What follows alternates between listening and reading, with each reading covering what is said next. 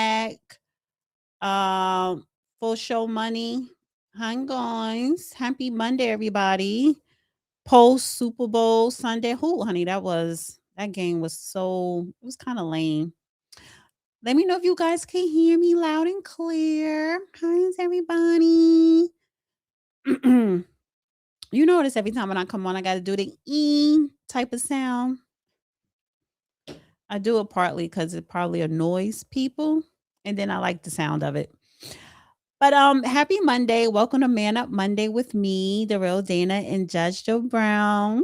Yes. Hi, Keenan. Testing. And honey, we gotta talk about Super Bowl 60. Nathan. Deborah. Yes, honey, we gotta talk about Super Bowl 60. All of the hoopla of Bad Bunny performing. He did not have a dress. Let me just say this: fake outrage. That's the slogan of today. Fake outrage. Fake outrage is very profitable. I have that in my notes here. Fake outrage. When the judge come on, because it takes him a minute. He's slow. And he has a slow internet service. So it takes him a minute. He on that CPTT time. Real colored time. He on Negro time. It takes him a minute. So he will be on shortly. But Bad Bunny versus Donald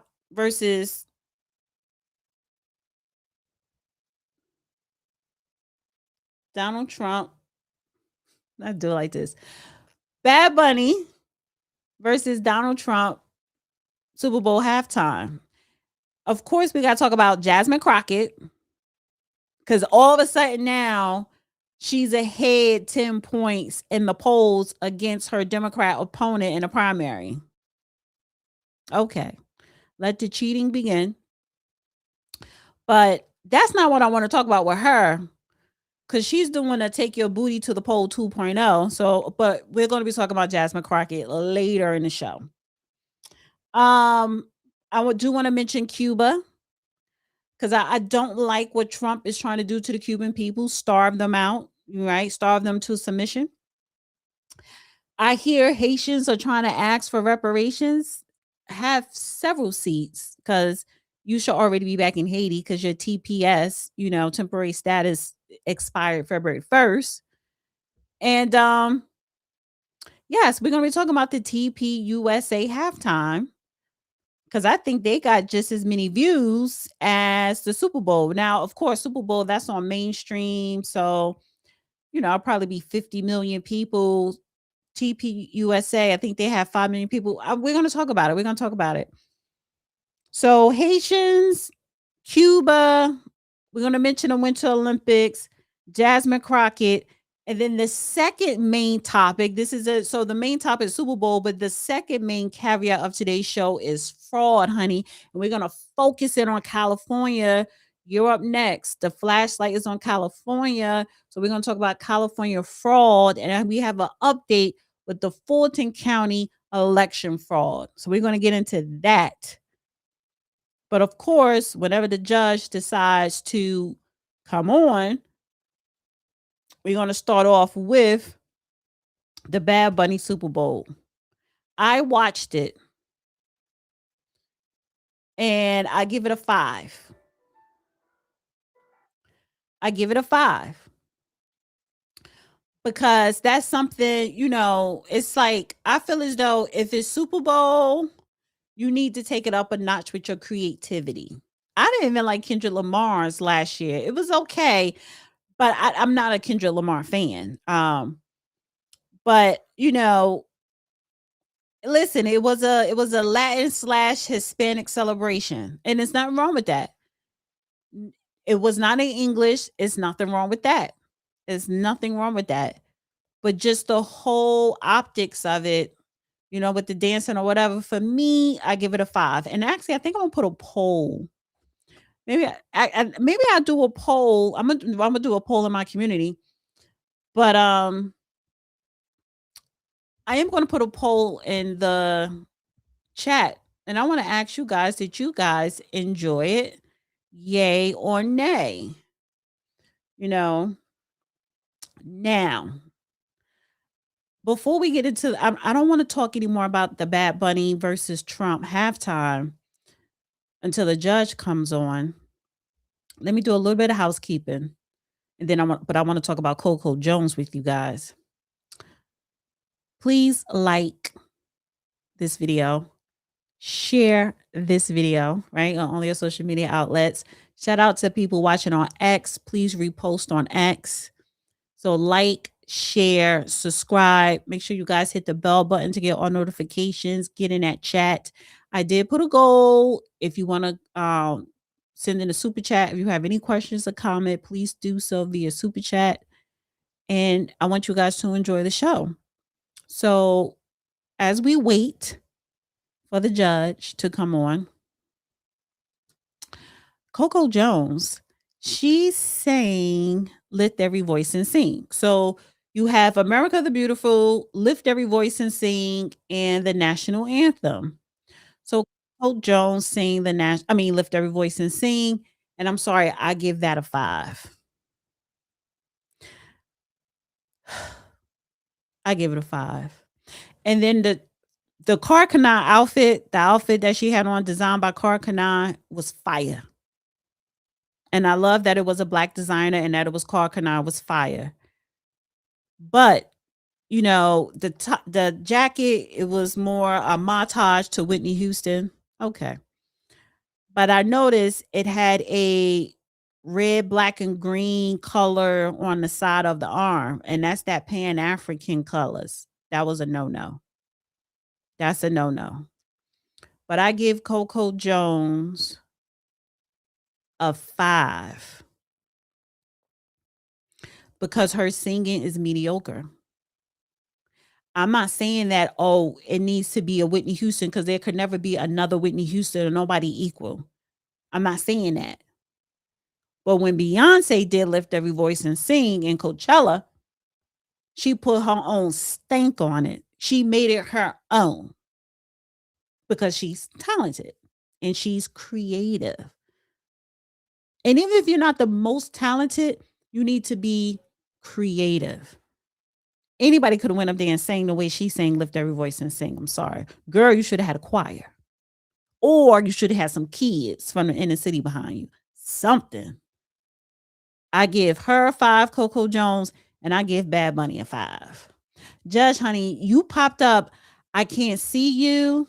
I can't hear you. Get it together. It is Monday. It's Monday. I can't see or hear you, Judge. So go out and come back in. If you could hear me or see me, go out and come back in.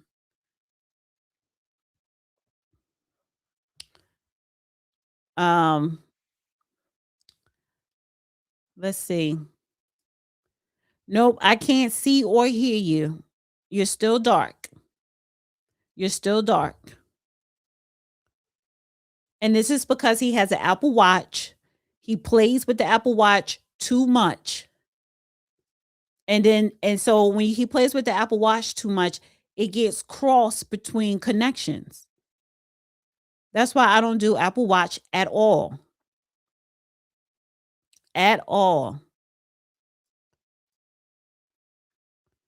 Look at Mo. Stop hating. Talking about some 5 plus 5 equal 10. Yeah, so a 10 combined together, that's not good because it should be 20. So you barely passed. You passing with a D. All right. Now I see you. Okay, Mr. Black Panther. That's not black. That's brown and tan. I know it's a beret. Oh, can you Yeah, make yours? well, berets are classical masculine headgear. I've had a problem. I could not get on without putting something in for name. And when I put my name in, like I told you before, it kept putting somebody else's in. And then it was some kind of difficulty. I don't know what. I assume it's got to do with why they're working out there to put in a new AT&T system, but I was having difficulty. I went in I had a revelation just then. I went and you had to go on my TV to get my passcode for one of the multiple Wi-Fi's I now have to get on, right? Hmm. So you know that thing, air disasters that they have. I guess. It's a show where they investigate NTRB, NTSB, National Transportation Safety Board investigates airline crashes and almost. I said, damn, I was on that airplane. Is that what was going on? They didn't even tell us. So I said, okay, a near miss. I didn't realize life had been that exciting. I But guess, honey. anyhow, Well, hi, how are you? Happy hi Wednesday. there. And I also had to go take off the other leather jacket that squeaks. Oh yeah, because I can't stand that one. This Even one, though, even though that's expensive, good leather, but it was just it'll get on my nerves. So thank you well, for it wasn't so much that it was a regulation reissue of an A2 flight jacket made of horsehide. mm, I got it 30 years ago. okay. All right, so can we get into the show? Sure. Let me I heard, share. well, I could hear you. Oh, you heard what I was saying? Yeah, about the fashion statement, and you were talking about the Negro spiritual actually on opening stuff. The best I've ever heard done was years ago by um, Marvin Gaye when he sang the Star Spangled Banner. I've never heard Oh, anybody sing it like that. At the NBA championship game. Yeah, he did a number on that one. He changed the melody. Yes, he did. There, yeah, there's an interesting thing about that melody. It was a poem that's very racist, especially when you get to stanza three, that was set to a drinking song that was an old English drinking song. Then, when Francis Scott Key wrote the poem, and the Mhm. drinking song was set up so you could tell somebody was drunk when they were trying to sing it because they couldn't. But somehow or another, Congress became confused. People became confused. So in the 20th century, when they adopted that as the national anthem, they found Scott Key's poem set to a drinking song that was designed to test if you were drunk. So nobody can sing that thing but an opera singer or a good professional singer. But I find it interesting. Well, Coco Jones sing "Lift Every Voice." The one you I said. know that they do the Negro anthem, but why they would do that, that's like singing a song to St. Patrick, to start the football game or to sing a song, Sing a song God Save the full King. of the hope that the president has taught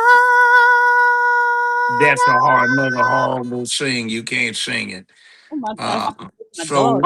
why would we sing that? That would be like singing God Save the King or the Canadian national anthem or the one for something for Ireland to honor St. Patrick. Why would we do that at a national event? That's just, What's wrong with that?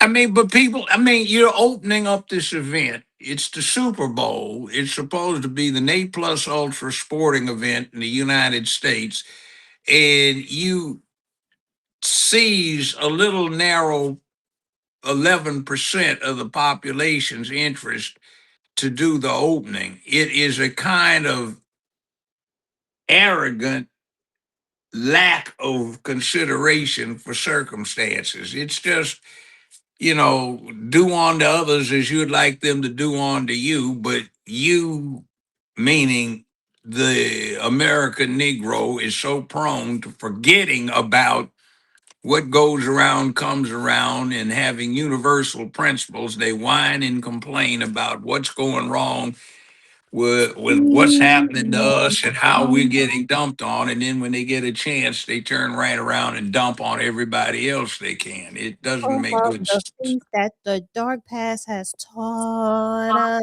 And I'm so sick of that. Damn, it's time for us to move on instead of whining about how wrong we got done. Full of the hope that the present has brought us, Jeez. facing the rising sun of our new And you day. can't even sing it. It's off your register. See what I'm saying? So why would you do that kind of thing? Wait, so you trying to say I can't sing? You don't get it too well. Why don't we have a song, a national anthem like France does? Where Wait, you have you an want to pick. national No, you don't. With that French thing makes you want to pick, make your step lighter. The Germans have a great one too. Other folk have great national anthems, and we have picked this stuff that sounds like a funeral dirge. First of all, for the outfit is fire. It was designed by Carl Kanab, black designer. But Who in why the hell is that, and why do I care? I care, but what I don't appreciate though is that red, black, and green they put on her sleeve there, that color. Like this is not Pan African, honey. Stop it. What's But wrong with red, black, and green? that's that represents Pan African. Well, actually, what's funny, when I was actually on the state bench, unlike on that TV show, my doctoral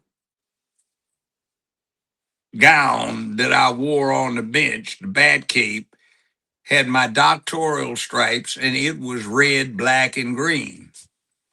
And I had another one that was a coffee colored brown before that. I didn't wear a solid black one until that show came along after I'd been on the bench, got elected to 2 8-year terms.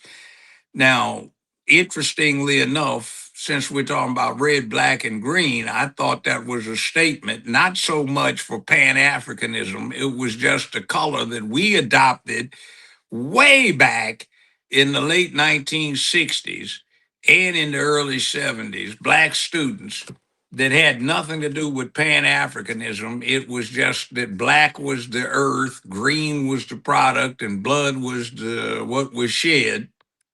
So it had nothing to do with Pan Africanism, and we were wearing red, black, and green as sort of our team colors.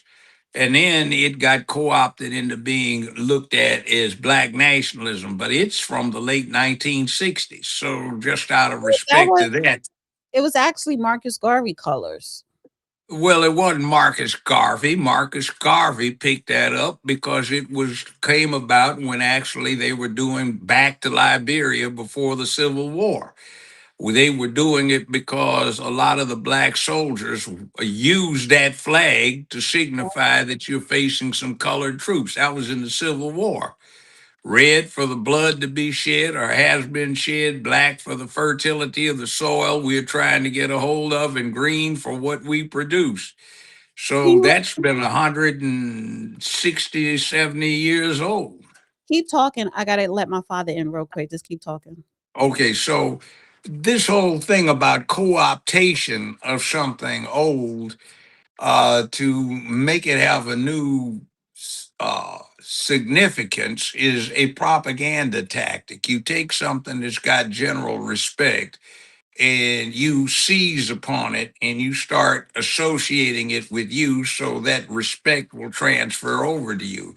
It's not a holy thing, and it is something that you have to be aware of. Also, certain things that are upheld that do not sustain the particular narrative of some particular cult or movement, they tend to be bad mouthed. So people start looking at those things in a negative fashion, and everybody that had previously associated themselves with those things becomes looked at negatively. It's a propaganda tactic. All right. Well, listen, let's get into the main topic here. Bad Bunny halftime show. You didn't watch it. He did not have on a dress, but it was all in Spanish. It was all about Latino culture, Hispanic culture. Whew. And his theme was what's stronger than hate is love or something else like that. Donald Trump. Make love, man, not war, man. It's all about love power, man. So I put Yeah. in the title versus Donald Trump's halftime because TPUSA, they did their own halftime with Kid Rock. And I did catch some of that. It was good. They had over when I first started watching, it was like 5 million and it went higher than that. So right now they got 60 million views on YouTube and it's growing. So, but Donald Trump posted this about Bad Bunny halftime. He says, the Super Bowl halftime show is absolutely terrible, one of the worst ever. It makes no sense. It is an affront to the greatness of America and doesn't represent our standards of success, creativity, or excellence. Nobody understands a word this guy is saying, and the dancing is disgusting, especially for young children that are watching. We went to watch UCLA games, and they had the LA Rams. And the Rams were supported by a lot of black folk because they had hired the first black football player to play in the NFL, Kenny Washington, who was the quarterback for UCLA in the late 30s, along with Jackie Robinson being a running back. That's the best baseball player. And Don Barksdale being a wide receiver, who was the first person that the Lakers hired to play in the NBA who was black. So we went. And back then, the pros had a rule that if you got tackled and you could get up before the whistle blew, you could keep running. Now, obviously, that was a rougher game. And I acquired an old Rawlings football helmet recently as a collector's item, and I'm comparing this thing with some we had by Wilson that were old, that were in the equipment room at Dorsey High when I played football back at the beginning of the 60s there. We didn't wear those. We wore these Rydell's that had come out with Right. webbing, not pads.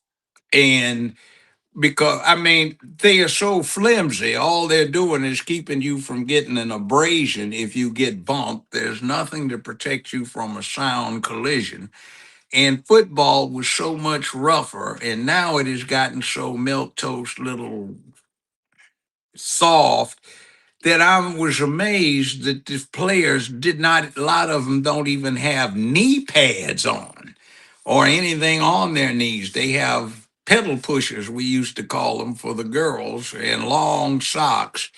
And Well, I'm going, I don't know what the new kickoff rule is, but it's it's probably it's it's to prevent injuries. And it's like half the appeal of football was you had these guys, big and small, who were willing to go out there and risk death or serious bodily injury. It was a still. rite of passage.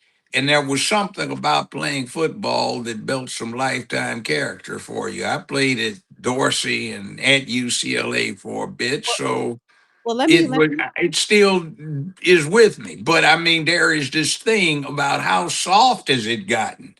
So so let me read this here because whoa. it says NFL fans in agreement on worst Super Bowl halftime show ever.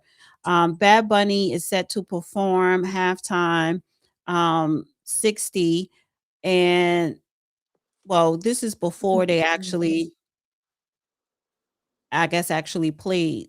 Um, where the Black Eyed Peas were really responsible for the first. So people are saying that, some news outlets are saying this was the worst. Others are saying, it says review, Bad Bunny brought Puerto Rico's history and culture to a revolutionary Super Bowl. Um, he started with a huge reggae tone and then some of his hits. He remerged on top of a casita, a little house. And he also, when the beginning of the Super Bowl, you saw like sugarcane fields and I guess the farmers.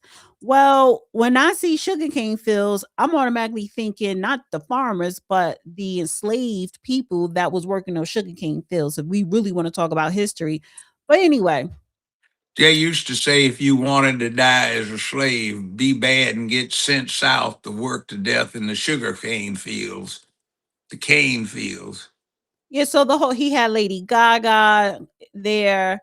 Ricky Martin surprise. I didn't know what this was with the people on the electric pole, what that represented. So it was a whole Puerto Rican Hispanic festival that was going on. And Ricky Martin, by the way, good. I didn't even realize that was him. The facelift and the Botox is doing wonders for him.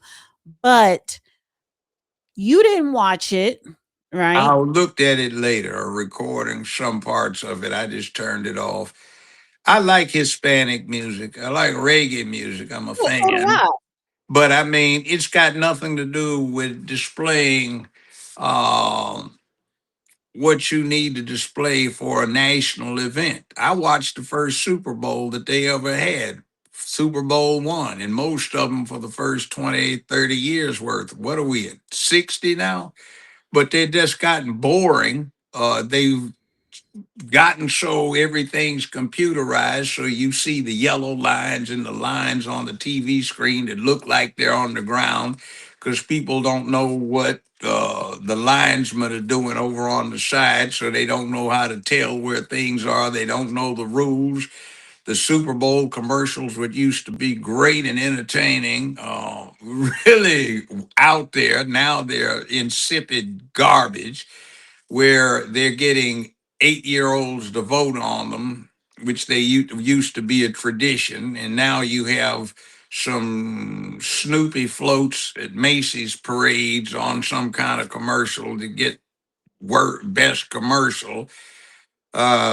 It's Well, gotten ridiculous. It's so soft, and then they get upset with my uh, Miss Jackson, Janet Jackson, having a wardrobe malfunction, but they got fat, flabby looking. Uh, what's her name? Lizzo, butt twerking up there at a Lakers playoff game for minutes at a time, rather than a flash you'd have to record on your system and then play it back frame by frame to see.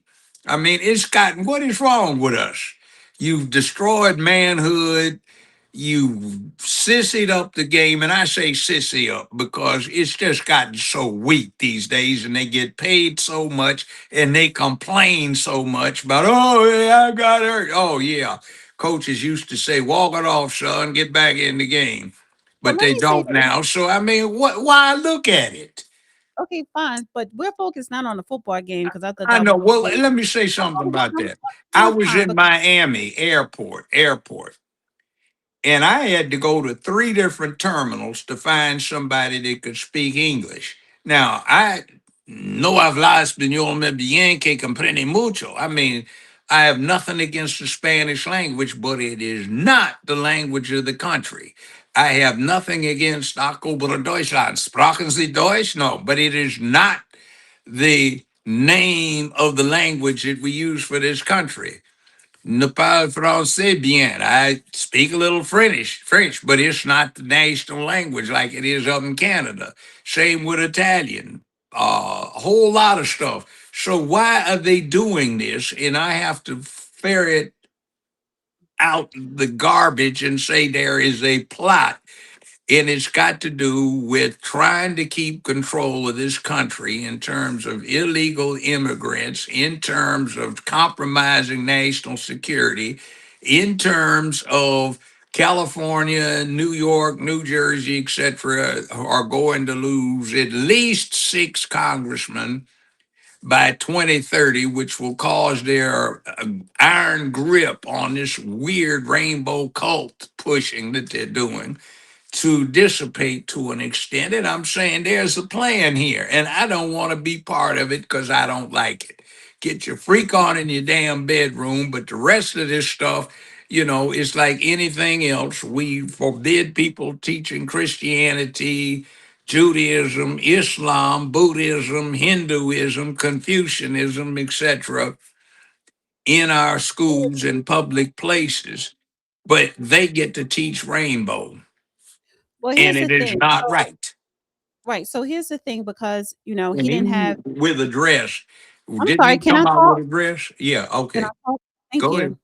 So here's the thing: there was nothing rainbowish about the halftime, and that's what people thought that he was going to do because he has been seen before, pictured wearing women clothes, dresses, and stuff like that on red carpets, but it was very Latino and Hispanic heritage and family. It was a wedding that took place, yada yada yada, right?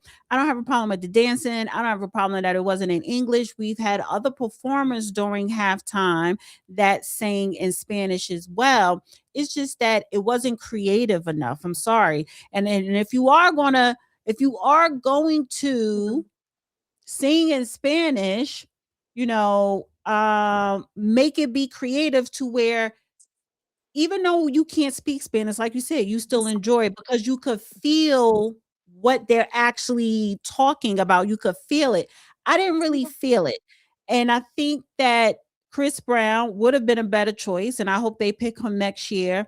Also, I wanted to highlight this because you brought up the immigration, right? Because it is political. Because I'm saying fake rage is our key word slogan today.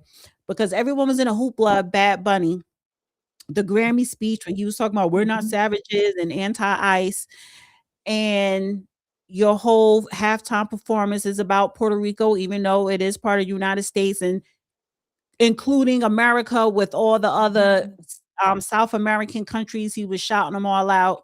We're different.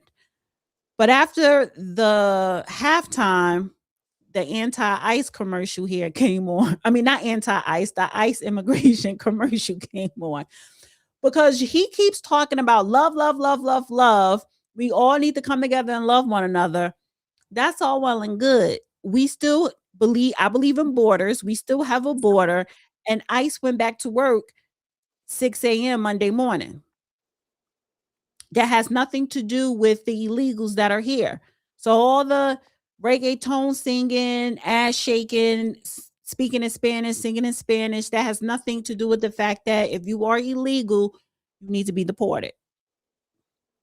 If I So might offer for the big picture, the Super Bowl halftime entertainment at one point got very interesting and adult oriented. It was interesting, like I said, office linebacker, the Budweiser frogs.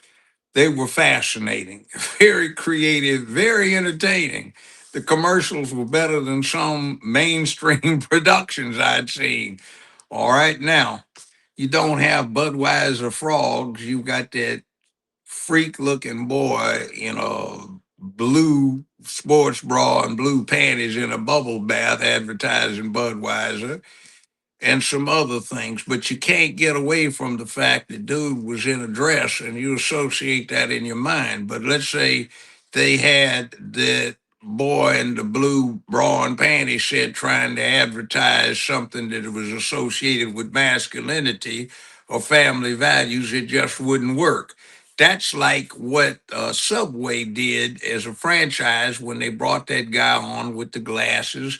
He was in pretty good shape where he lost all that, what, several hundred pounds worth of weight eating Subway sandwiches.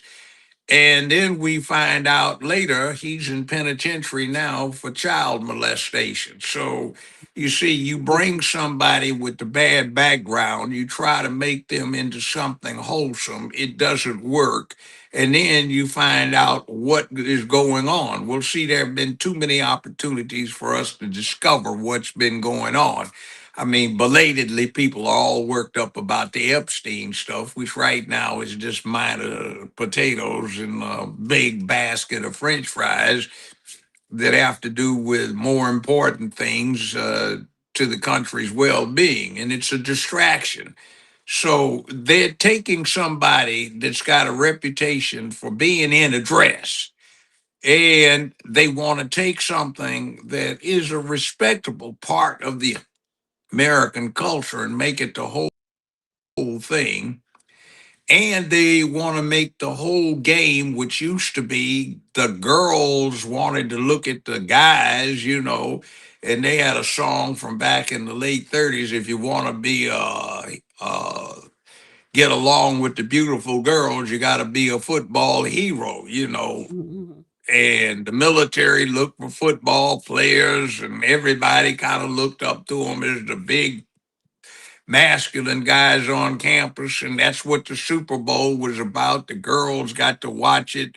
like guys used to watch beauty contests, which they don't have anymore. Well, And let me bring this up because it's just like, what's happening well, here? here's the thing too. So they were asking the football players, the guys that were playing in the Super Bowl who were a part of Seattle and the Patriots about the halftime, and majority of them didn't even never heard of Bad Bunny. So I want to play a couple of clips here.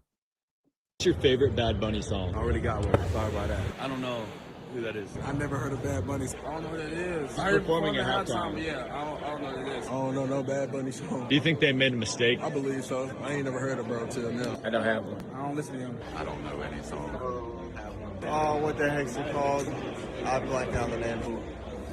I don't think I have one. I don't know Bad Bunny song. That's a tough one. I don't have one. I don't really listen to that, but I can't lie. I really do not know any of them. I haven't listened to any songs. I don't know any to keep it G. I just tuned into Bad Bunny this morning because is it DTMF? DTM too. Like your second favorite. I don't think I can name it. I like Titani Pregunto, Seda, and Moscow Mule. What is it, Monaco? The one with Cardi B. I can't remember the name.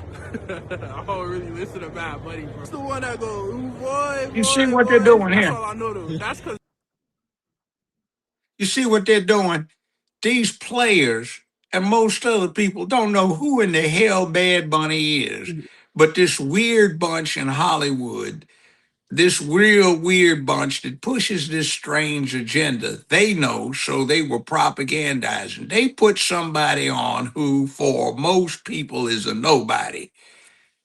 And they pushed him like he was somebody. Mhm. And it was to push this agenda. That's what I'm talking, precisely what I'm talking about. Mhm. Now, he might be a fine guy, but you don't come across that way with me when you flounce around in a dress and you start playing that other rainbow cult nonsense. You see, I'm bad mouthing the rules of football, but these young guys can't help it, and I'm sure they're dedicated to the sport, but they're missing something. It's the opportunity to really put it on the line and face danger. And if you go through an era, an eon, where you face real live danger and you come out and you survive in one piece or basically in one piece, you are one hell of a guy for the rest of your life because you have had a, get this, rite of passage. In other words, it was very dangerous. You put yourself in it and you survived it. That's part of the greatness of people coming back is veterans. Out here in the cane fields, oh God, can you just see the But impact? that's the Yeah. thing because Afro Latina looking people in this halftime. So when you sing, They have them in Puerto Rico, well, but you're right, they didn't you're display call, any. yeah, he didn't display a lot because he's light skinned himself. But the fact is that you're calling them Negro, they don't consider themselves Negro. Rico was a center of the Spanish slave trade when it came to the Caribbean. And we acquired the biggest division in the U.S. Army. 18,000 men was composed equally of Caribbean blacks, mostly from Puerto Rico, and black folk previously from the American South. They got sent to fight with the French by General John J. Blackjack Pershing, who got that nickname Blackjack because he commanded black troops and was friendly to them. He said, I don't want these black troops to be under Southern bigots, so I'm sending them to be a sop to the political diplomatic scene, but they'll work under French officers who will be able to relate to them more thoroughly. Now, that kind of thing is there is a compadre thing between Puerto Ricans and North American continental black folk. But to come up and sit there and do what he did is a disservice to everybody because, as you see, you don't see any dark skinned folk. You go to this district, the administrative district, and they've got St. Thomas is there. The American Virgin Islands are there. They operate under the administrative district of Puerto Rico.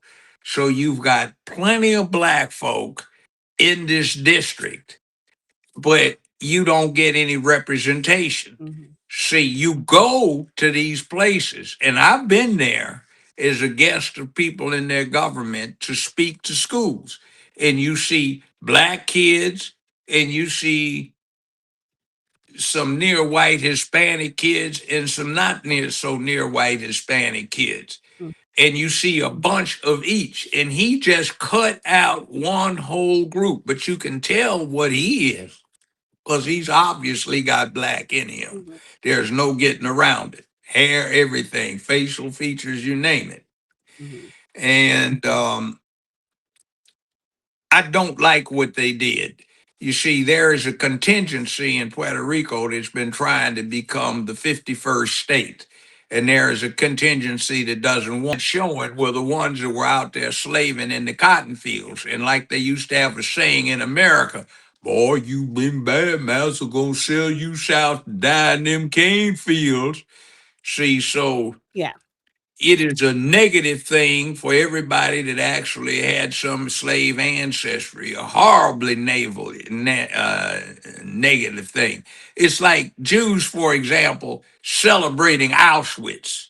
It would make no sense, unless somebody was saying, we want to, just discredit the Holocaust. So we're going to put this in there. So, like, Jews rejoice on the good times they all had brought together in the ghettos and in the concentration camps, which is BS. Mhm. Mhm. That's what they're doing with this. And if you don't know what you're looking at, you go, oh my God, that was so sensitive and inclusive. Oh my God. Right. Right. So yeah, honestly, I give the halftime show a 5. I give the pre-show, the Lift Every Voice performance 5, and they could do better. And hopefully they will get Chris Brown or somebody next year that is better than Bad Bunny. I just think he could have been more creative. Why don't they get somebody like Marv? Yeah, excuse me. Were you still talking? Can you hear me? Can you hear me? I did then, but I didn't before. Okay, sorry. I think I must have interrupted you. Go ahead. Oh, no, I was saying that um I give the halftime show a 5, and I give the Lift Every Voice a 5. He could have been more creative, and hopefully next year for the Super Bowl, they get a Chris Brown or someone who is a very creative, talented performer. Not saying Bad Bunny's not talented, but just better. Just better. That's all I'm saying. You know what? Why don't they get another Marvin Gaye if they can I don't find want one to another sing the Marvin Gaye. stars? I just want somebody. No, no, no. No, look. Why don't they get another Marvin Gaye or somebody who can do something creative with the Star Spangled Banner to show our slant But on I'm it? talking about That's halftime show, inclusive Judge. of the I'm talking team. about halftime. Yeah, I know. But what I'm saying is they've come up with the same old stereotype, we shall overcome, which is not going to be appreciated by a large proportion or segment of the audience that's viewing. In other words, the song itself says, oh, pathetic Negroes, they've suffered so much. One day somebody will come in and bless them after they've suffered enough. Hell, get up off your ass and do something to satisfy your own circumstances. That's like Marseillaise, the French national anthem. That's like the one that the Germans have. It's get up, move, and save yourself. Egalitaire, fraternity, equality, inequality, equality, brotherhood, and Let me fraternity. You celebrate stuff and want people to be galvanized to go do Well, something. let me play this last clip here before we move on to the fraud. You might not like the truth, but I'll never tell a lie. Bad Bunny, when you speak for Latinos, you speak for your fucking self, homeboy. Somebody who actually lives in Puerto Rico, which you don't. I can tell you that the majority of people here call him Benito el Comunista. Benito, the communist. Because when it comes to Bad Bunny, two things can be true at the same time.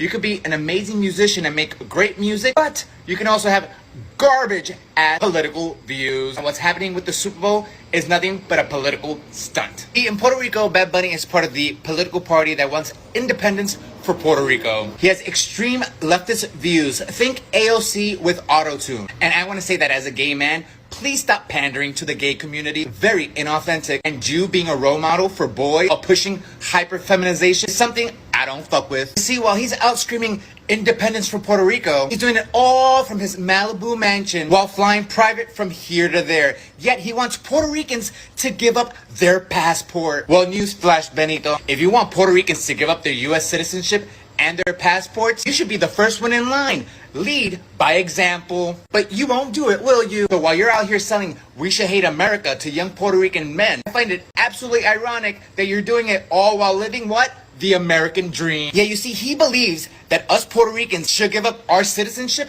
yet he's out here fighting for illegals to get green cards. How the fuck does that shit work, homeboy? You're a fucking walking contradiction. Let me tell you something. I grew up in New York, and I have the things that I have, and I'm at where I'm at because of my U.S. citizenship. Puerto Ricans are literally the only ones in Latin America that can go to any state without any hassle. We were given the golden ticket. Now this clown wants to go ahead and take it away to give it to illegals. I don't fucking think so, homeboy. So what, you're gonna go to the Super Bowl with the president there, trying to make a political statement? Well, let me tell you something.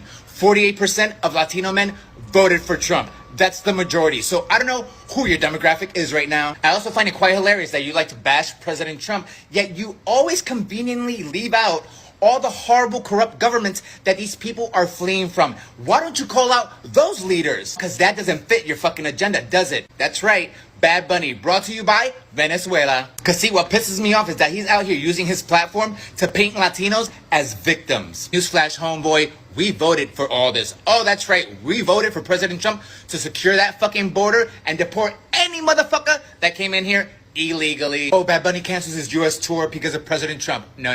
This is not against President Trump. This is against your very own fans. Let's call out the hypocrisy, homeboy. Your millions come from American banks. You get paid in American dollars. Your Nike and Adidas deal? Oh, American companies. Your luxury lifestyle? All built on the capitalism that you pretend to hate so much. And your money being stored in American banks. You're out here wanting to play revolutionary while at the same time collecting capitalist checks. Don't be a fucking hypocrite. And don't ignore the Puerto Ricans who have built a life in the United States. Not to mention all the Puerto Ricans serving in our military. So you can continue to cancel concerts over President Trump, but President Trump isn't the problem. No, it's your hypocrisy that's the fucking problem. As a great artist can be an absolutely terrible political influence. Both can be true at the very same time. You can't gaslight me, homeboy. But now I want to hear from you guys. Do you think it's hypocritical of Bad Bunny to perform in the United States while he actively demonizes the United States? Let me know in the comments below. And as always, love you guys. Peace. He was just saying too many F words for me. Yeah, but love it. See, by the way, he can get away with saying the F words. What do you think they'd do to us on That's why I'm YouTube saying, if we like, did? yeah. Yeah. But he's on YouTube. No, The whole thing's filled he's with on TikTok, and so but it's just posted on. it. Well, yeah, well, he just said that. But, well, anyhow, They pick on us. look They here. pick on us, but Let's see if we can get him on the show. I like him. See, I ain't got nothing against gay folk. It's that politics that some of them have. That rainbow bullshit where it's a cult, a theology of Bad Bunny bullshit. So anyway, that I love that. Yes. because Right. he's reminding, no, there are no victims, and you trying to paint them as a victim. Do you know what these Latin countries government, what they do? They're corrupt, and it's like, yeah, this is why I am against celebrities participating in politics or voicing their opinion in politics. Like, come on. It's not their opinion. They get told what to say and when to say it. Right. That's one of the reasons I retired after 15 years. It was, excuse the language, fuck you, Hollywood. I'm not going to get up and help you publicize that rainbow bullshit. You can kiss my ass. And then I said, no, they'd probably like that. But anyway, Right. I quit. Right. So, see, that's what they're doing. These guys love the money. They're young enough not to have done other stuff in their lives except their entertainment. So that's becomes something they're too thoroughly addicted to because they don't have any other way of making it other than entertaining. So Yeah. Well, they get told what to do, what to say, when to say it, where to say it, and they push it, push it, push it because it promotes the agenda of those weirdos out in Hollywood. right. So and guys, thank you so much for sending in super chats. I am going to get to the super chats and I've been saving them. Let's get into the fraud, honey. Let's get into the fraud. 1 second. Like in Memphis, Shelby County. Breaking tonight, a U.S. District Court judge has ordered documents related to the Fulton County election raid be unsealed by Tuesday evening. Fulton County filed a motion last week to make the documents public. Atlanta News First and other media outlets filed a similar motion. The judge is allowing the Department of Justice to redact non-government witnesses in these documents. It comes after FBI agents hauled off hundreds of ballot boxes in a raid January 28th tied to the 2020 election. Whoa, what's that? Wait a minute. No. Guys. Wow. Nina just built an Politics now. President Trump used social media today to claim without any evidence that U.S. elections are, quote, rigged. There's also news tonight about the 2020 election. CBS's Willie James Enman is in West Palm Beach, Florida, near the president's home with the latest developments. Willie James, good evening. Jerika, good evening to you. Today, a federal judge ruled Department of Justice records related to the recent seizure of 2020 election ballots and documents from Fulton County, Georgia, must be unsealed by Tuesday. This raid at an election hub 11 days ago, sparking new criticism from Democrats as the Trump administration zeroes in on voting in America. The whole thing stinks to high heaven. And the fact is, Donald Trump cannot get over the fact that he lost Georgia in 2020, that he lost the election in 2020. Last week, officials in Georgia also asked a federal court to order the FBI to return ballots and documents that were seized. Director of National Intelligence Tulsi Gabbard's attendance at the raid, drawing questions from lawmakers. I believe she has been totally inappropriate, showing up on a domestic criminal investigation in Georgia around voting machines. The voting battle looms as President Trump has said he wants to take over elections from Democratic-run areas with the November midterms on the horizon. If a state can't run an election, I think the people behind me should do something about it. The White House claims the president is referring to the SAVE Act. Today, in a post on Truth Social, the president once again claimed America's elections are rigged and stolen, while calling on Republicans to pass the legislation. CBS News election and law contributor David Becker. We're seeing disinformation being spread, in this case by the President of the United States, targeted at his own supporters, at others who might not like the outcome of elections, and unfortunately some are believing it. The bill would implement photo ID requirements when voting. Americans would also need to provide proof of citizenship when registering to vote.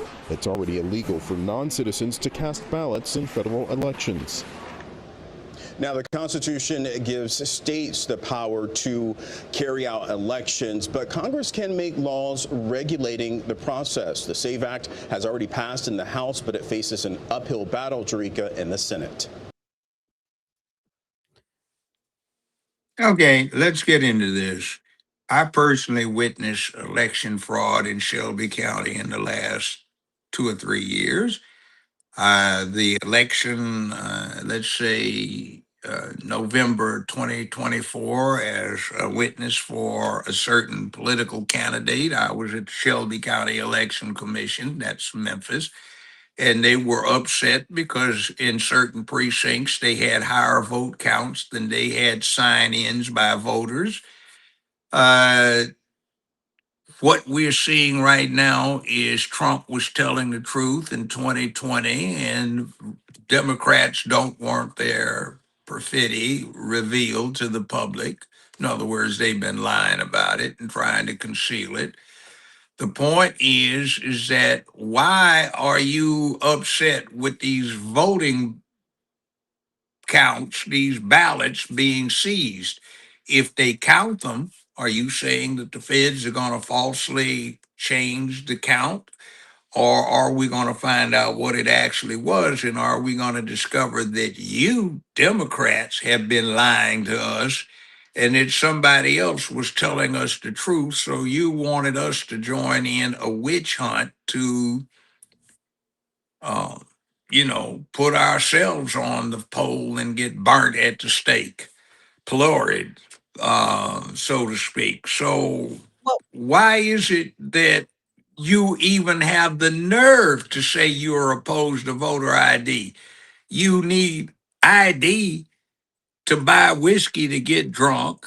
You need ID to buy wine at a restaurant to enjoy dinner.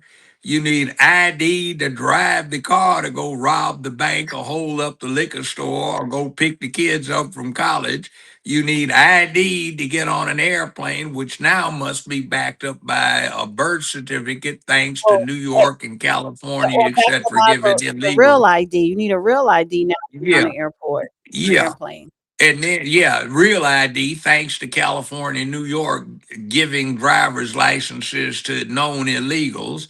You need ID to get in a concert, a ball game, a nightclub, a movies where the categorization is PG or R, let alone X rated. Mhm. You need, let's see, ID for a whole lot of things. So you need ID for these lesser things, from getting drunk to depositing your paycheck or getting it cashed.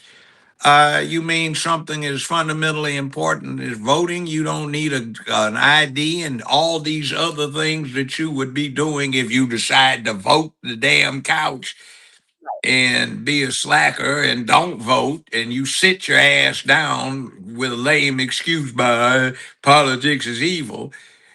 All of these folk that want to sit on the couch need ID to get around in the United States of America as an adult. So you mean to tell me that they're going to need ID anyway? They can't get one to vote? That doesn't make any damn sense. That somebody would even utter that. Like that witch Kamala that got interviewed the other day trying to justify Oh, what I see here. why you should not have voter ID. I That see is on so that. sickeningly, insultingly stupid. Should I try to find that clip to play it? If you find it, fine. But I mean, the bottom line is, it's like, how in the hell are you going to say something as fundamentally important as voting doesn't require ID, but all this other stuff that is just surplusage does? Right.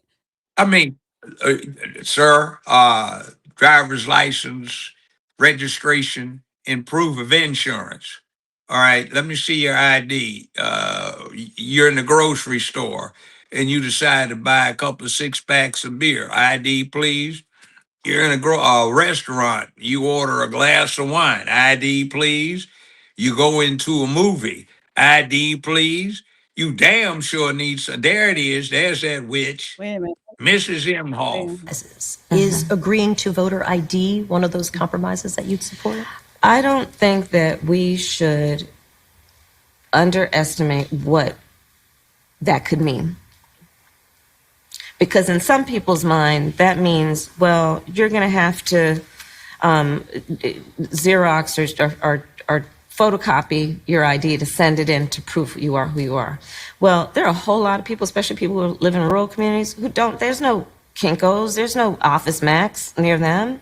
People have to understand that when we're talking about voter ID laws, be clear about who you have in mind and what would be required of them to prove who they are. Of course, people have to prove who they are, but not in a way that makes it almost impossible for them to prove who they are. God damn, the idea to run this ignoramus for president of the United States is astonishing. You don't Xerox damn photo ID stuff. You take it in and let the Department of Motor Vehicles look at it. Right. Yeah, I mean, what the devil are they talking about? People have ID anyway. Who are you talking about? Look. If you didn't have ID, the freeways would be empty. The highways would be empty. You can't drive through a rural highway system without having a driver's license because the state police, highway patrol, or the sheriff might pull you over. So you drive on dirt roads, but you have an ID. What is the matter with these people? Swinging it back to Fulton County, the federal judge who ordered the documents related to the FBI seizure of the 2020 election ballots request for it to be unsealed by Tuesday, tomorrow. The order came down from Judge J.P. Boley of the Northern District of Georgia, an appointee by President Donald Trump. The raid of a Georgia election facility in Fulton County has come under intense scrutiny due to this connection to Trump's debunked claims of the election fraud in 2020. So Who said that? This is CNBC, of course. God damn it. His claims have not been debunked except by a bunch of avaricious fascists who are lying to you. So don't use those terms and call yourself journalistic. The fact that you juxtapose, not you, but these idiots juxtapose those terms with their story shows they're totally unreliable. In other words, this would be part of what a jury would be instructed to look for in determining the credibility of a witness or witnesses. Fulton County Board of Commissioners Chair Rob Pitts and the Fulton County Board of Registration and Elections are suing the federal government over the seizure of the ballots and seeking their return.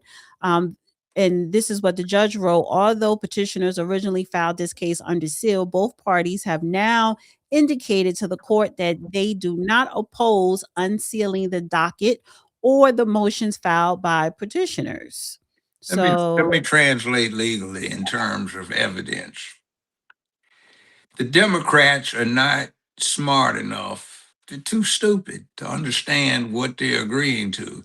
This might be a Republican ploy to get a Republican appointed federal judge to order the records released so that right now they can get a slap in the face when they say, but I didn't know it was gonna. Yeah, you asked for it. Be careful what you ask for. You just might get it. And you might not like what you get. I have a sneaking suspicion that what's going to happen by their request for an early release is the feds are going to go in through the DOJ, through the FBI, which is part of the Department of Justice, and say, we haven't had a chance to redact these instruments because there's so many of them. So we're just going to have to give them to you as is. And unfortunately, that means the Democrats, by their demand. Oh, someone is either they knock him off the gods or someone called him and he gets knocked off. I'm sorry, guys. Thank you guys so much for sending in the super chats. I am going to pull up and acknowledge each and every super chat and have the judge answer it or comment on your super chats as well as me. So guys, please hit the like button, thumbs up, thumbs up, thumbs up. Please share this video on all of your social media outlets. Shout out to everybody watching on X. Please repost on X. Here he goes. So, what happened? Yeah, I was getting ready to say the crucial point, which is this. It's an example of Democratic Party stupidity. They ask for something, they're going to get it. But what they don't realize is what they're going to get is going to be insufficiently redacted due to the time situation. It's going to embarrass some folk. It's going to be a lot of raw data that a lot of nerds are going to get their hands on. And they're going to say, oh my God, Trump was telling the truth. So they were stupid enough to ask for it. That's like in law, when you've got a trial going on, don't ask a question you don't know the answer to. And we saw their chief prosecutor in the area, Miss Fanny, get up and do all kinds of stupid stuff that said she didn't know what her case was about. She went and violated her own Fifth Amendment considerations, and she implicated herself and a bunch of people and opened up a big can of real nasty worms. So Let me say this about her.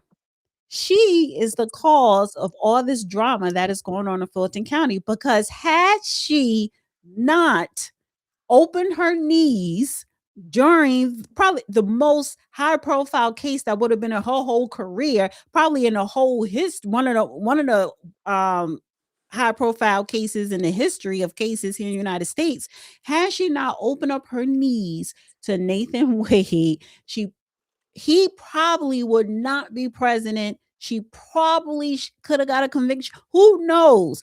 So all of this drama in Fulton County is because of her. And so my question is, why hasn't anybody in Fulton County demanded her resignation? The people haven't. They probably have, but they aren't being. Somebody has. You know, we have L.A. Pink and some other people that are on all the time that are doing this, Yeah, LA, but see, and I said to but this, I they're said not LA, publishing LA it. Pink, right, but LA Pink should not, LA Pink and her organization and her crew of people should not be the only ones. It should be at least 30% of Atlanta residents should be complaining and asking for this woman resignation. And I'm talking I've about heard people. a lot of people there who have. See, I didn't mean to interrupt, but I've heard a lot of people who have. Okay, so they're being ignored. Can you hear me? Now I can hear you. You said they're being Okay. ignored, but you said Right. something in there. You were being silent. I couldn't hear you. It's probably a 10-second delay or something. But I just think it's more the interference, so people don't hear this. You see, right. it's being said, but the press is keeping it tamped down.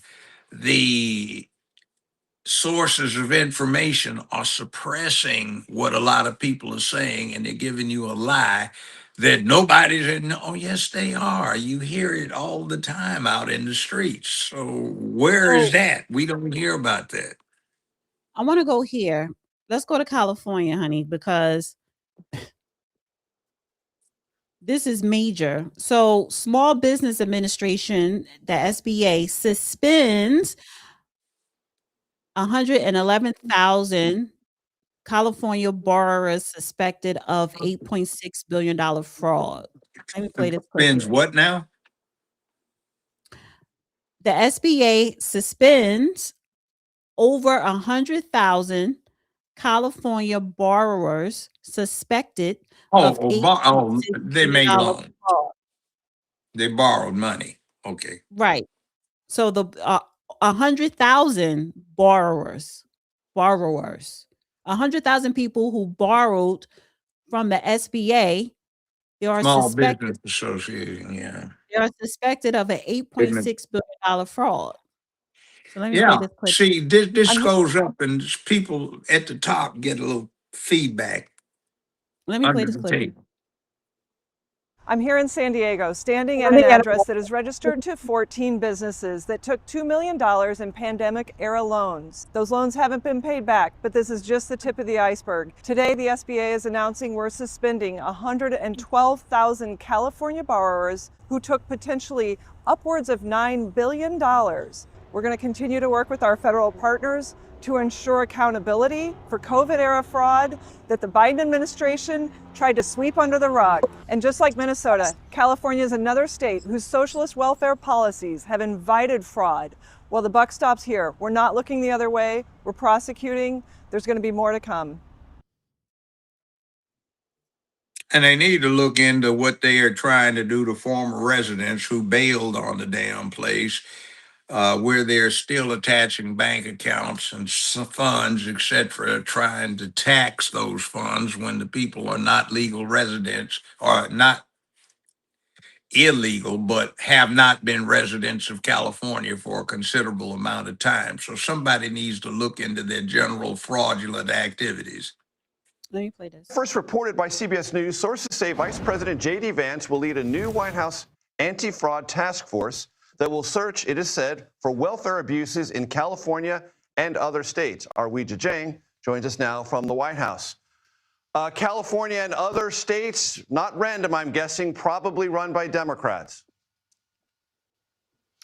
Well, Major, that is a good, educated guess, considering that is what the president has been very vocal about in recent months, especially as he talked about setting up this anti-fraud task force and appointing a new person at the DOJ to oversee all of these new investigations, Major. And you're right, there will be a heavy focus on California, as our colleagues reported today exclusively. And we know, as you mentioned, that the vice president will be the chair. But there are still few details about exactly how this task force will operate. There are already concerns, though, Major, because there are existing departments within the DOJ that are already tasked with looking at fraud. And so the distinction will be important because critics worry that this is going to be politically motivated, given the vice president's involvement and given what the president has said about these Democratic states. But we expect more details and for the actual task force to be formed sometime this month. Not hard to do the political math. J.D. Vance might be someone seeking the presidency in 2028. So might Gavin Newsom, the governor of California. That math pretty easy to do. I want to ask you about Iran because the president had an interesting exchange with NBC. Okay, we don't need to hear about Iran, but let me it's another clip that I wanted to play here. Mr. Speaker, people across the country are rightly outraged by the fraud that has been discovered in the state of Minnesota. But for those of us in California, we have almost become desensitized to it. Because every time there has been an independent audit, it seems, of any program in California, what is discovered is fraud on a scale that dwarfs anything that was discovered in Minnesota. We've already taken some action here in Congress to rein in the fraud that exists in California and to provide oversight and accountability that has been sorely lacking. But what is needed is a comprehensive picture of just how large the scale of this fraud might be. That is why I am requesting that the Government Accountability Office conduct a study on the scale of fraud in California. I've been talking a lot about this. Unfortunately, sadly, the state that I love and I live and I represent a district from, California, has become a fraud capital of the world. So sad. But that's why we need your team in California. And is there anything that you can share to that end, how your investigation into California fraud is proceeding? There's nothing I can share right now, but I have spoken to Dr. Mehmet Oz at HHS, and he is laser focused on the healthcare fraud that's going on in California, which seems to be substantial. Yes, I also sent a letter to Gavin Newsom to that end, and I was glad to see Dr. Oz sending a letter demanding. So now state of California is now in the process of returning $1.6 billion to the federal government. So thank you for that, and I look forward to continue to work with you.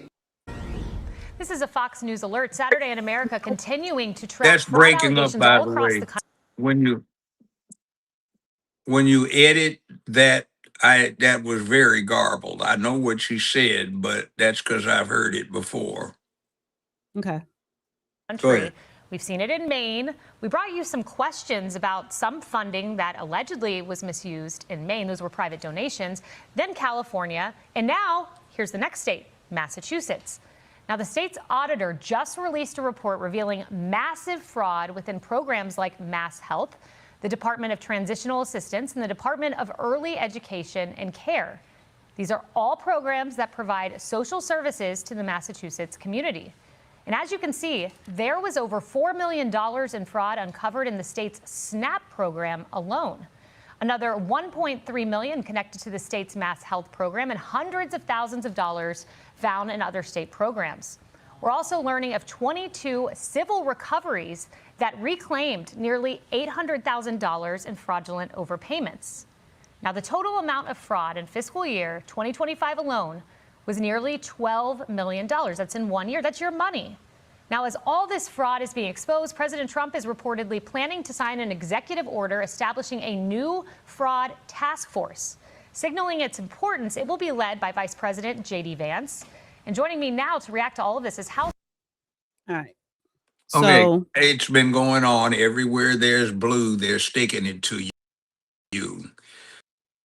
Uh, Memphis, Shelby County, Tennessee is rife with corruption. Atlanta's rife with corruption.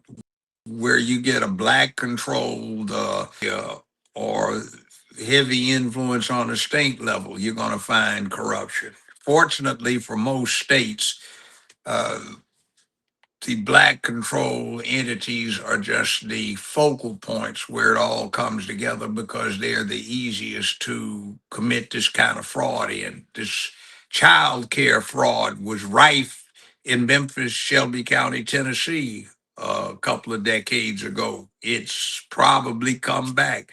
We find there's massive fraud with the Board of Education where there are federal monies. There's massive fraud because the people who are elected and appoint the officials and the appointed officials, they're easily able to steal the money or get kickbacks under the table. So it's Well, rife and it's bad. so let me just close out with this California fraud because we're going to stay on top of this and keep doing more content on the fraud. The fraud involves, this is California Paycheck Protection Program, the PPP, the Economic Injury Disaster Loan Program. The PPP, established under the Coronavirus Aid, Relief, and Economic Security Act, provided funds to small businesses to cover up to 8 weeks of employee payroll expenses, including the benefits. The COVID-19 pandemic EIDL loans provided funds to help small businesses to cover from the pandemic. And so you had over 118,000 PPP and EIDL loans totaling $8.6 billion. So, you know, I I can't even begin to start, like, where was the oversight on all of this? It went. See, it's like both sides, Republican and Democrat, have something to do with the horrible conditions in California right now. But it's an example of be careful what you ask for. You just might get it, and what goes around comes around. What you pass for the benefit of your side under American laws and our system has a distinct probability of being used against you a couple of decades downstream in time. Now, we saw this with how affirmative action got. You froze. What is going on? You know what? I suggested Starlink because I want to get Starlink service, Wi-Fi service for my house. And I suggested he gets Starlink as well. The judge gets Starlink. I hear you could be in the middle of the Atlantic Ocean and you're going to get service. You could be in outer space and you're going to get service with Starlink.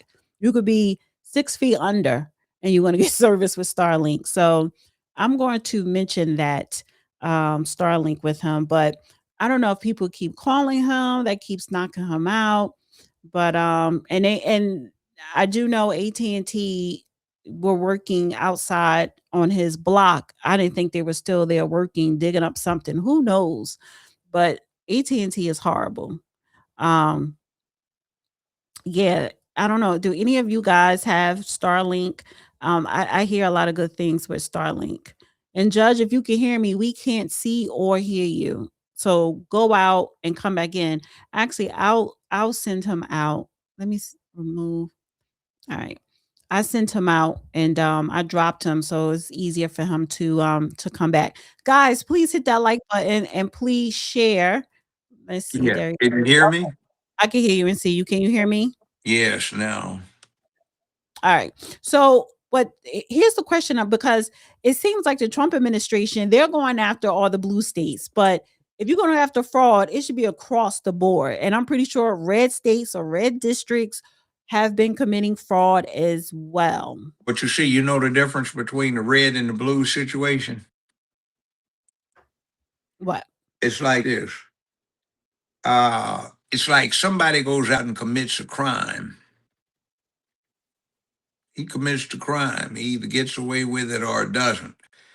The other guy goes out and commits the crime, but in the process of committing the crime, he simultaneously tries to frame somebody else for the crime.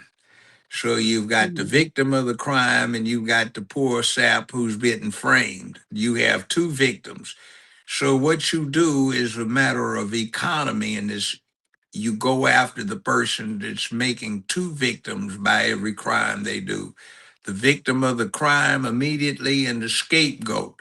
So the Democrats have been using lawfare to tamp down the, shall we say, just and accurate claims that something's going wrong. That's what you call tampering with the evidence, influencing or attempting to interfere with witnesses or an investigation, or bribing a witness or extorting a witness, you see. So that's why he's focusing on it.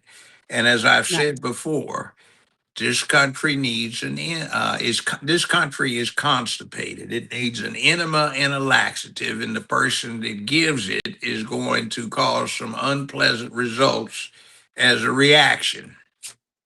Right. One last thing here. I was going to do this on my own personal reaction to her, but it's like, no, let me just get this out the way now, because she always got to pop her head up. Jasmine Crockett. Now, you know what I'd like to say about her, but we can't get away with it on Facebook. I was just going to call her something about coonskin hat with Davy Crockett. But, you know. So during the Super Bowl, right, she released, because she's running for Senate in the state of Texas. So during the Super Bowl, she released a campaign ad. The problem is, it says, Representative Jasmine Crockett released her new campaign ad on Super Bowl Sunday and was soon obliterated by a community note on X for not featuring Texas voters. Instead, the end frame shows an AI generated crowd. And so it says the final shot in Jasmine Crockett's new ad doesn't feature Texas voters. It's an image generated by Google's AI Gemini. So I do have so this is the act. So Wait, they've been advertising that, by the way, about doing the create your own AI stuff. It's interesting. So it's a 32-second ad. This is the ad. The system is broken. Our communities are being terrorized. People are hurting. But Texas has a warrior who's fighting back. A champion for us, our votes, our rights. It drives the president crazy. So they tried to draw her out of Congress because they thought it would take away our power. They were wrong.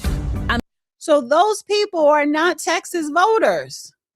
How about you got this child talking? What do children know? That was a child, wasn't it? It sounded like it was, yes. So what do children know about the political process? Absolutely everything about absolutely nothing. So why are we supposed to be impressed by these irrelevancies? Meanwhile, it's fake.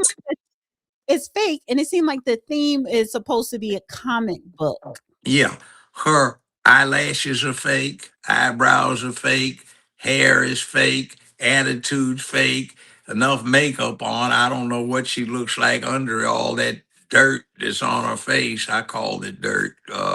What's fake and what's real?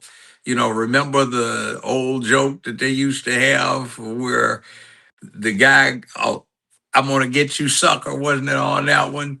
Where the guy got home and the woman started taking all of her parts off.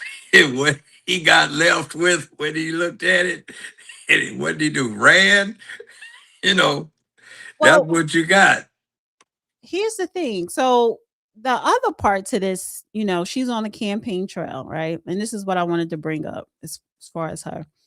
Oh no, which angle is better?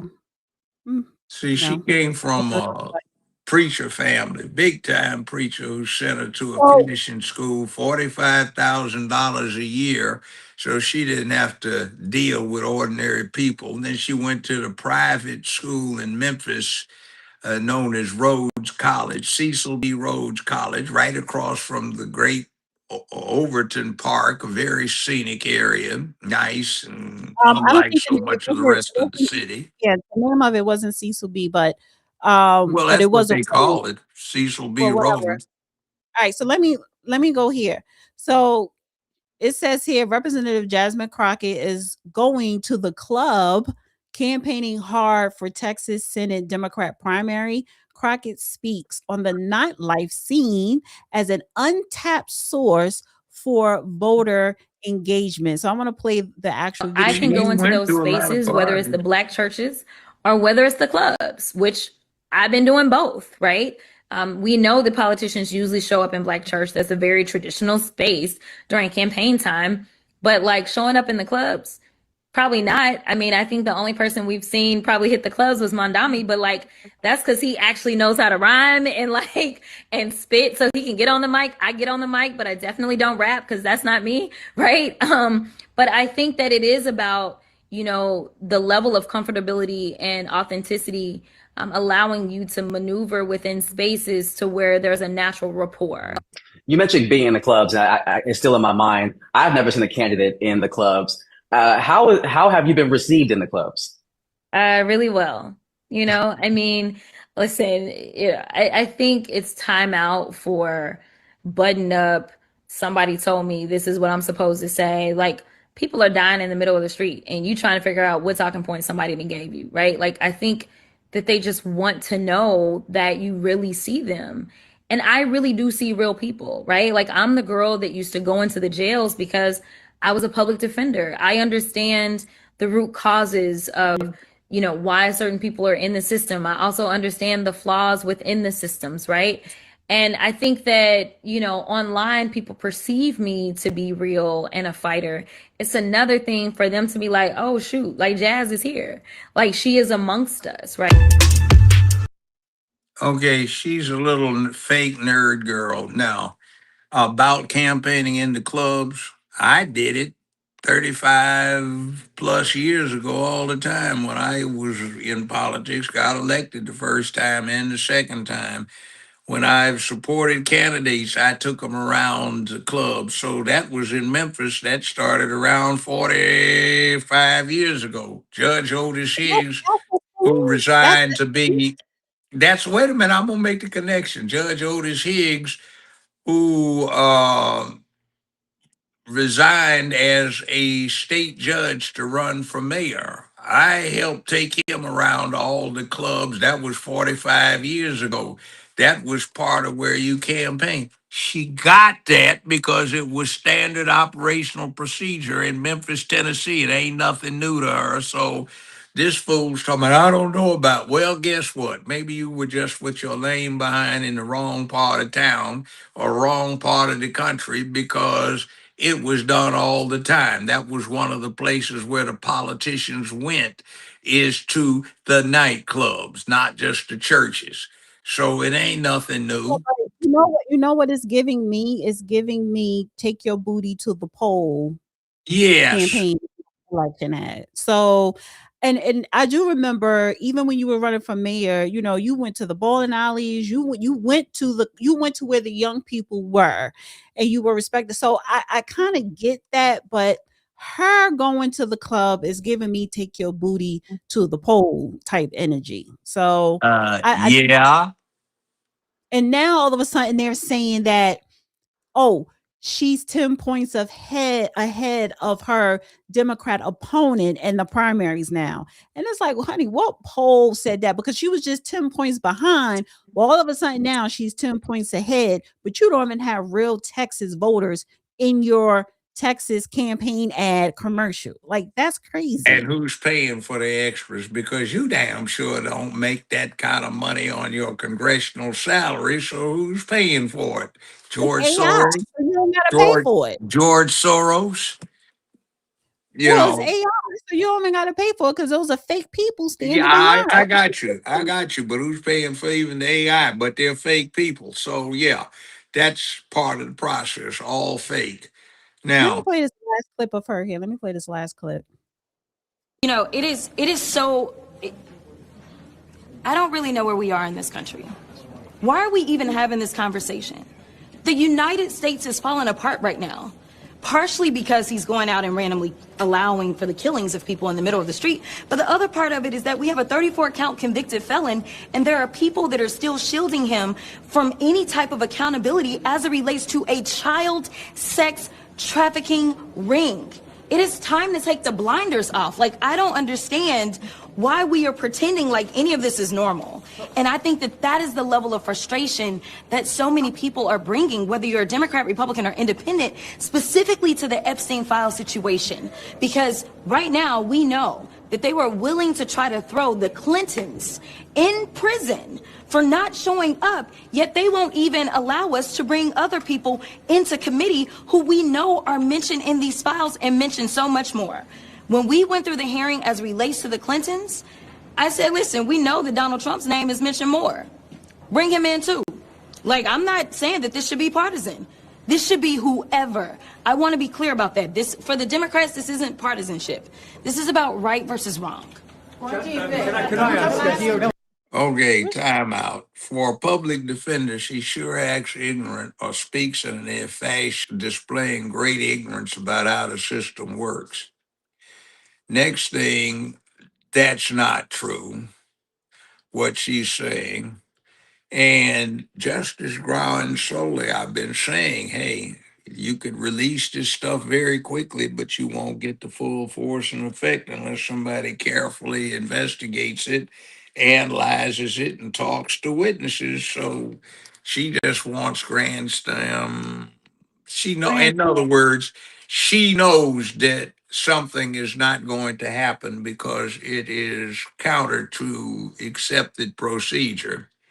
Right. But she talks about it as though something's wrong with the procedure. So she's trying to have her cake and eat it too. So this is just another example of why she doesn't need to go anywhere except in the trash heap. Now, other thing too, she may wind up the Democratic Party nominee, but that does not mean in the state of Texas she's going to get elected. I would still bet on the snowball coming out of hell unmelted before I'd bet on her becoming the senator for the great sovereign state of Texas. Now, Say that again. You said you would I bet said on I would still bet on the No, snowball no. coming out of hell unmelted before I'd bet on her being the next senator from the great sovereign state of Texas. So, you know, what can I say? It's a bunch of crap. It is. So let's get to the super chats before we get And up out by of the here. way, can you see this little ignorant nerd Missy representing the great state of Texas? If she wants to talk about a Democrat, look at Lyndon Baines Johnson. Calls the state racist. She said they're racist in Texas. So why does she want to represent them? I Right. mean, and then look at this. Lyndon Baines Johnson, senator from the state of Texas. This is like, compare the two. Was that the last Democrat elected into the Senate? No, it wasn't, but that's a typical Texas type representative. Look at Cruz, Ted Cruz, and then you contemplate her in the same company. Yeah, no, I get what you're saying. So let's get to the super chats. Thank you, Avenge. The ancestor says, hello, Queen Dana and Judge Joe Brown. Room B1 first. Thank you, Avenge. Appreciate you. Jaron Gordon, the small hat commercial was wild. I didn't see this. See, I didn't see a lot of commercials because I can't sit. I couldn't sit and watch the Super Bowl. It was just the game was boring to me. Thank you again, Jaron. He says the Budweiser commercial was actually good this year. So I guess they learned their lesson. Yeah, but I'm still never buying another can of Bud, especially Bud Light, for the rest of my life, unless I'm dying for thirst in the middle of a hot desert someplace.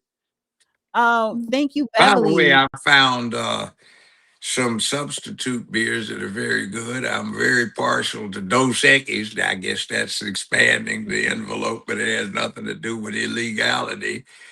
Dos Equis is manufactured in a brewery system that was brought over by the Germans in the late 19th century that they had to bail on when there was that scandal in 1917 where they were trying to get Mexico to come in on the war side against the United States, and they promised them the return of Texas, New Mexico, Arizona, et cetera, et cetera. Now, next thing, let's see, Yingling isn't bad as a beer. I'm just giving people alternatives so they do not buy another can of that damn Let me Budweiser. just get through the super chat.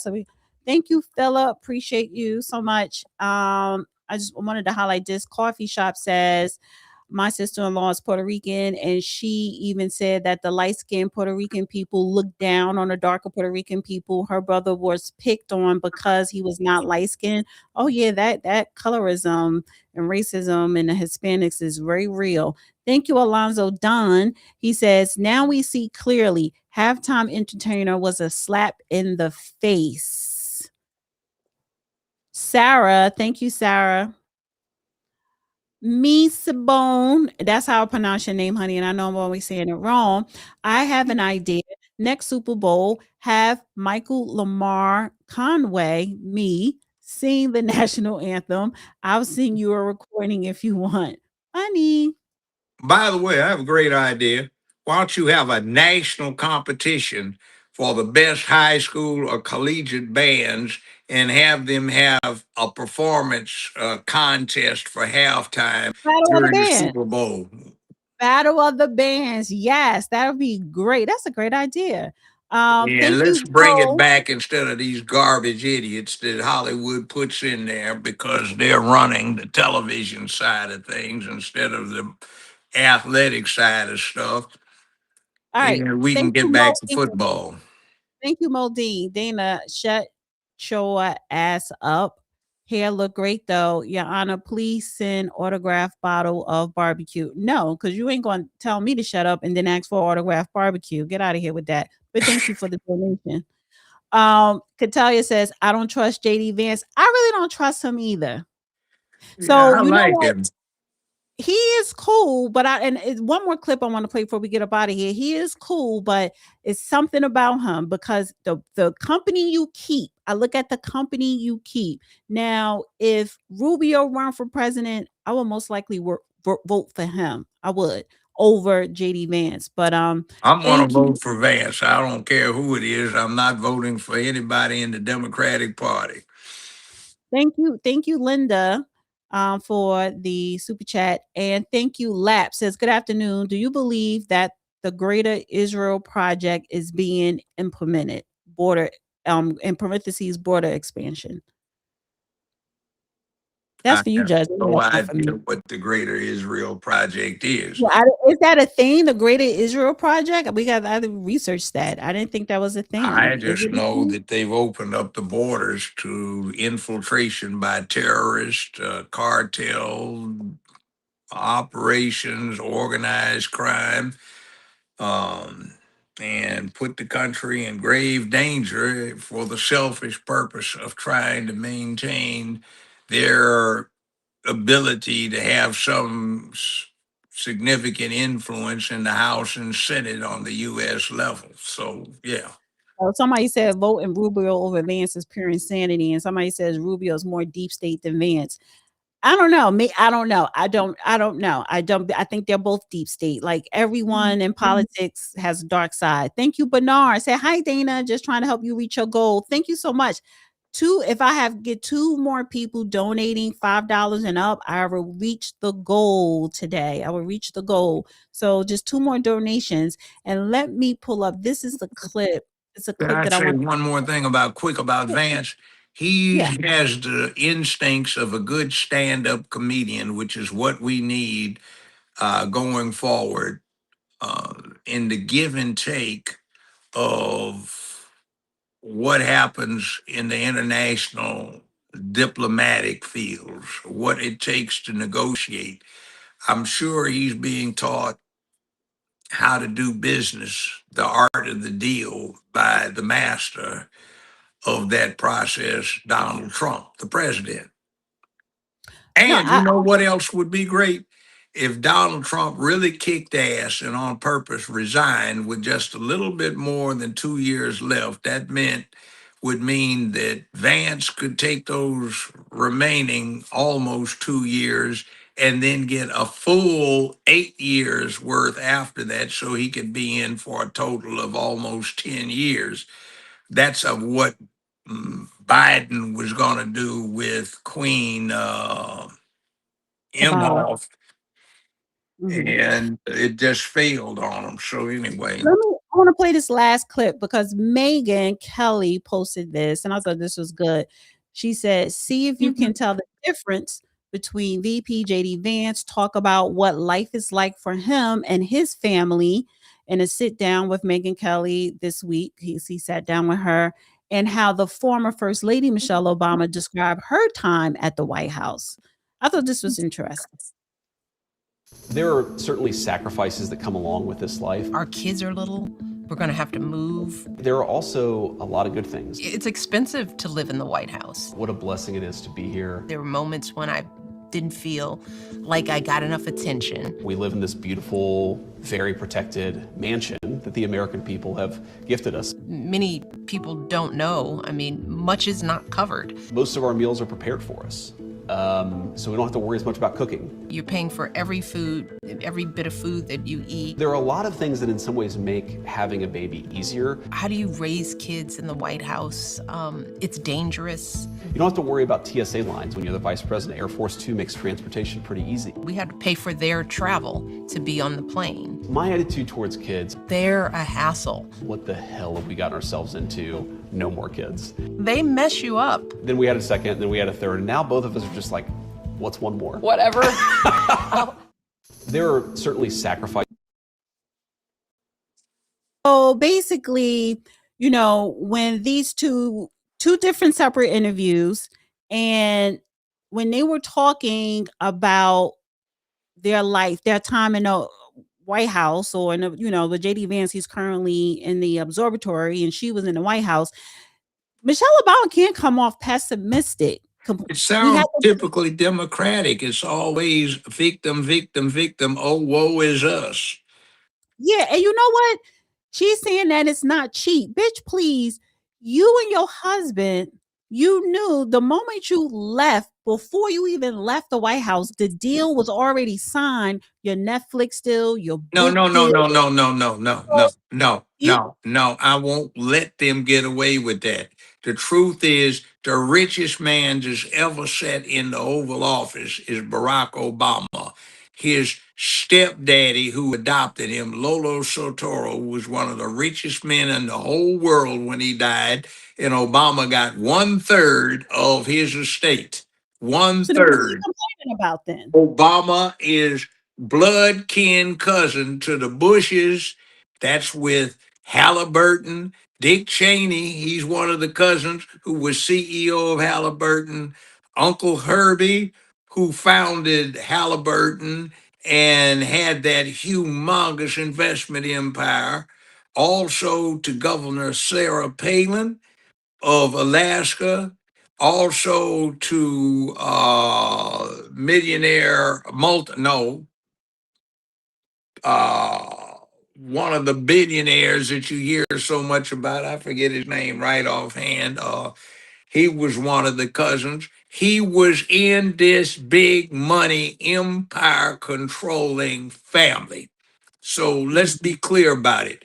He filed a report, and Business Insider carried it, showing that for 2017, his net income was more than $580 million for that particular year. That was the year after he got out of office for 2017.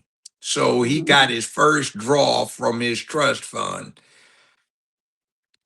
Now, Well, as JD Vance sounds very grateful, and I appreciate that because you're right. You get your food prepared for you. You have 24/7 security. You know, even though your job is very demanding, and sometimes you may feel like you're living in a fishbowl, but it's a privilege, and it's a lot of perks to come with it, especially when you have children. So yeah, it's just that she just sounds very ungrateful. Like, you're such a pessimistic bitch. She's just, I don't know. She just seemed Okay, like a bitch. now, did the Obama children go to public school? No, they went to Sidell. That's where all of the White House presidents, VPs kids go. Not really. Jimmy Carter's daughter went to public school. Oh, I she's used probably to the only one. no, but check it out. I dated the sister of one of his school teachers. And it was interesting. Every time I'd go visit her in DC, I didn't have to worry about transportation because I'd fly in. She'd meet me at the right at the gate. Literally, they let her through, and the Secret Service would have a vehicle parked out at the curb, another vehicle parked at the curb, and her car would be right between the vehicles. So we just walk out. U.S. Right. Secret Service would put her on. Why? Because she had a connection with what is it? Emmy Carter's. I think that was Woman. the girl's name. That was a student at the time. She's a grown woman now, but I found it interesting. Well, thank you guys. I reached the goal. Lap DS says Greater Israel Project was the plan to expand their borders matching biblical Israel. Judge, do you still talk to Jason Black? Matter of fact, I haven't talked to him in a good few months, but I have in the last year or so. Okay. So, okay, I so this think, I mean, time passes more quickly. Life is like a roll of toilet paper. The closer you get to the end, the faster it runs out. So, I don't have a sense of time I used to. So Greater Israel Project. Listen, I'm gonna research that. I'm gonna research that. Thank you again, Lap. Appreciate you. And Mo, thank you. One more $5. Let's go. Thank you. I made the goal. Thank you, Mo Dean. And Michael Armstrong says, I know from 20 years military service and 18 years at a military school for at-risk youth that I know human character. President Trump is doing right. Okay. Yeah, it is. See, that's the problem. You got a bunch of spoiled brats that have gotten in a place. The school teacher picked them to run everything. And now that somebody said, wait a minute, wait. First off, school teacher isn't going to pick any else. Second off, this is not a bunch of school children. You're supposed to be adults. Next thing, get over feeling entitled to having everything given to you. We're going to do it ourselves. So back off and take that little spoiled, pampered brat nonsense over there in the corner. Doesn't work that way in real life. Listen, and you have Michael, you have military background, so you know what? I trust your judgment. And so the poll, thank you guys for taking the poll, over 600 votes. 80% of people said, so the question was, did you enjoy the Bad Bunny Super Bowl halftime show? 80% said no, 20% said yes, and 683 votes. So thank you guys so much for tuning in today. By the way, one observation real quick, since this gentleman brought it up on the chat room. I'm old enough to have. Wait, hold on. Your dogs are acting spoiled right now. Somebody's at the front door or somebody's out there in the yard. So here's what I would say. I'm old enough to remember it during a time when our school teachers in elementary school required that we look at it, during the time when my school teachers in the 9th grade required that we look at it. Trump comes across like Ike Eisenhower, a man in charge who's used to making the decisions, where he understands the buck stops with him, like Harry Truman said, and great responsibility rests on his shoulder. He's not doing the fake Hollywood image thing. And that's what the country is upset about. They've had years and years, decades of image rather than substance. Okay. All right. And with that, guys, listen, thank you guys so much for tuning in to the MANUP show with Judge Joe Brown and me. And we'll see you next Monday. And make sure you guys catch the Injustice for All on Thursday. And you guys will catch me. Let me go back up here. You guys can catch me by myself Wednesday. I'll be live again on Wednesday. Judge episode Injustice for All Thursday. And sign up to the Patreon. I have not promoted that because I have to redo the whole thing because I'm just catering around you. But the Patreon link is in the description. So go sign up to the Patreon. And I'll see you guys again Can I on make one Wednesday. little last comment? I Go ahead. love that guy who was giving commentary on the Super Bowl halftime entertainment from the Puerto Rican I'm gonna reach out to game him. perspective. That was great stuff. Yeah, that was. I'm gonna reach out to him. All right, guys. Have a wonderful week. Bye. All right.